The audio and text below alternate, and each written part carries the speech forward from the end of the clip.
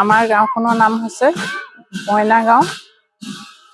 তাৰপৰা এই গাঁওখনত আজি মানে এই নাম প্ৰসংগ কৰাৰ উদ্দেশ্য হৈছে এই গাঁওখনত বানপানীয়ে ভয়ংকৰ ৰূপ ধাৰণ কৰিছে। সেইকাৰণে আজি মানে বহুদিনৰ পৰা মনতে ভাবি আছিলে, আজি মানে এই তিনিখন গাঁৱৰ ভকত বৈষ্ণৱ আহি ইয়াত মানে এটি মানে নাম প্ৰসংগ আয়োজন কৰিছে। ভৱিষ্যতে গৰাখহনীয়া ৰোধ হ'বৰ কাৰণে বান পৰিস্থিতিও ভয়ংকৰ এবাৰ ৰূপ ধাৰণ কৰিলে। মানে ঘৰ মানে চাংঘৰো বুৰি গৈছে, মাটি ঘৰটো বুৰিছে বাৰু, চাংঘৰো বুৰি ভয়ংকৰ ৰূপ ধাৰণ কৰিলে। যি ৰাইজে বহুত কষ্ট পাইছে।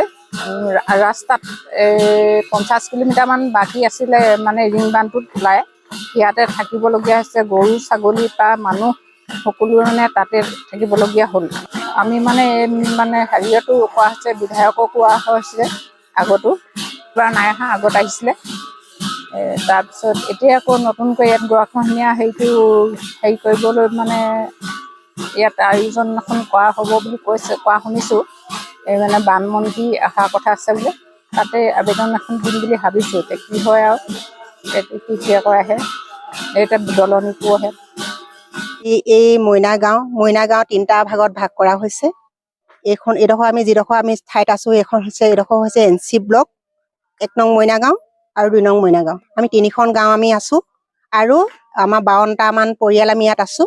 52ঘৰমান মানুহ আছোঁ ইয়াত। এই মানুহকেইঘৰ আমাৰ মানে এনেকুৱা এটা হৈছে, NC ব্লকত 5 ঘৰমান মানুহ প্ৰায় মানে ৰিং বান্ধ ছিঙিও আমাৰ ঘৰ ভেটি নদীৰ মাজত মানে এতিয়া আমাৰ এনেকুৱা এটা হৈছে খহাই কিন্তু এইবাৰ বানপানীত আমাৰ 1 কিলোমিটাৰমান আমাৰ ৰিং বান্ধ খহাই আমাৰ গাঁৱৰ হেৰিয়লৈ মানে প্ৰায় হৈছে। আৰু আমি সেইকাৰণে আপোনালোকক মানে কি বুলি ক'ম, মানে ভাবিব নোৱাৰোঁ, দুখো লাগে। বানপানী আমাক যিখিনি আমাক ক্ষতি কৰিলে, আজি আমি সেই আপোনালোকৰ জৰিয়তে আমি চৰকাৰলৈ অনুৰোধ জনাইছোঁ।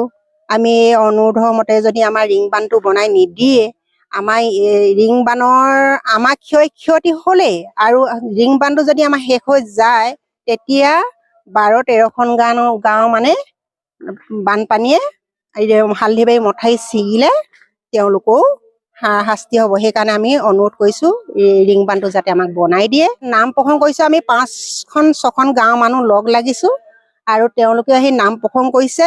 আমি নেদেখাজনৰ ওচৰত আমি প্ৰাৰ্থনা কৰিছোঁ যাতে দিহিং নদীয়ে কাৰৰূপ ধাৰণৰ পৰা অলপমান আমাক নিৰাময় কৰক, আৰু আমি গাঁওখন যাতে আমি এনেকৈ থাকিব পাৰোঁ।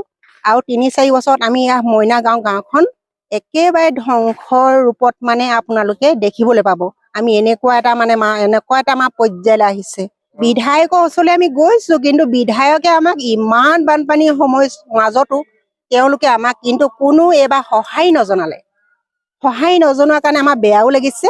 কিন্তু আমি আমাৰ ইমানেই ক্ষতি মানে ক'ব নোৱাৰোঁ, ভাবিব নোৱাৰোঁ। কিমান বছৰৰ পৰা মানে এইবাৰ মানে বেছি ডাঙৰ পানী আৰু, কিন্তু আগতে 15 চনত হৈছিলে, কিন্তু 15 চনতকৈ এইবাৰ কিন্তু বহুত ডাঙৰ পানী। প্ৰতি বছৰে হয়, কিন্তু এইবাৰ কিন্তু বেছি মানে খহাই নিলে। 1 কিলোমিটাৰমান আমাৰ ৰিং বান্ধ খহাই নিছে আৰু মানুহ থাকিব পৰা অৱস্থাত নহয়।